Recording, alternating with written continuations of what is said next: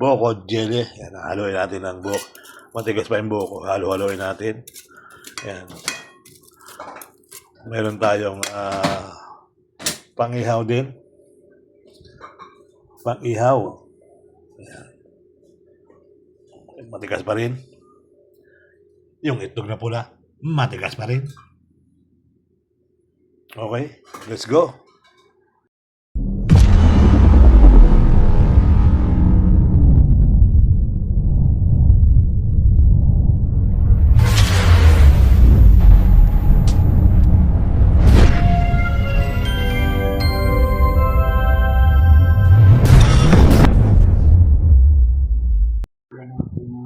Yan, meron tayong buko jelly.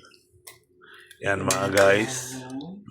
Lalagyan ng asawa ko ng ubas at saka gatas. O, di ba?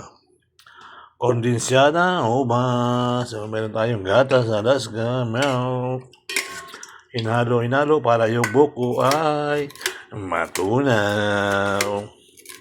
Yan, shout out nga para sa mga magaling magluto dyan ng salad. Yan, magaling magawa. Yan. Yung asawa ko may mga ganyan-ganyan kasi yung isang panganay ko napakahilig sa dessert. Kaya kita mo malusog yung panganay namin. Hindi siya kumakain ng kanin pero mga dessert, ako po, maasahan. Yan, kita yung anak ko malulusog. Kita mo naman, laki ng walang yan, oh. Lulutuin pa yan. Yan. Mamaya cheese naman ilalagay. Ang sarap rin ito. Paborito ng aking pinatari, mga kabayan. Bukod jelly na may ubas. Magiging fruit salad na yun mamaya. Fruit salad na ito mamaya guys. Hindi na bukod jelly. Kasi lalagyan pa ng cheese yan. Yan. Yung binata ko nung balik sa ubas rin. No? Ang dami ubas. Yung asawa ko may lagi sa Quiapo pag tuwing Friday. Ito na to guys. So naman kikiso naman. Pwede lang ito gumalat dyan. Diba?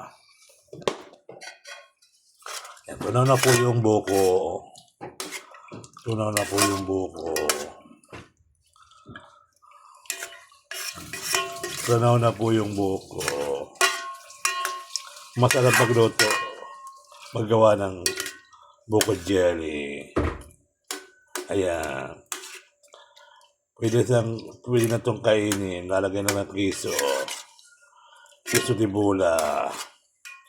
Malapit na pala ang Pasko guys. September na naman sa susunod na buwan. Ilabas na ang Belmont. Sumisilip-silip na si... Sinong sumisilip dyan sa inyo? Wala naman sumisilip ah. O wala naman sumisilip ah. O wala naman. Wala sumisilip. Wala pa. Belmont. Sa Belmont pa yan. Ayun na po ang kiso. Kisong puti. Gatas Karabaw. Shout out nga pala sa magandang kasawa. Ngiti-ngiti naman dyan, mami. Ayun na po ang kiso. Anong kiso yan, mami? Eden. Eden. Saka bukod, ano to? Bukod jelly. Si Eden saka si bukod jelly. Bukod Jello, Buko Pandan. Ang daming pangalan, ano?